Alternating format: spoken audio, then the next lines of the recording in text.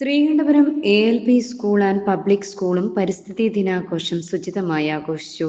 ചെടികൾ നട്ടും വൃക്ഷത്തൈ നട്ടും പോസ്റ്റർ തയ്യാറാക്കിയും പരിസ്ഥിതി ദിന പ്രതിജ്ഞ ചൊല്ലി. പരിസ്ഥിതി ദിന സന്ദേശം കൊടുത്തും പരിപാടികൾ നടന്നു. Head master Latheef KP, PTA president Shajahan KP, senior assistant Treesa Joseph, principal Vijini Kannan, VK Vijayakumar, staff secretary Viji, Muhammad Sunais, Raseena Muhammad, Shamnas KMP എന്നിവർ സംസാരിച്ചു.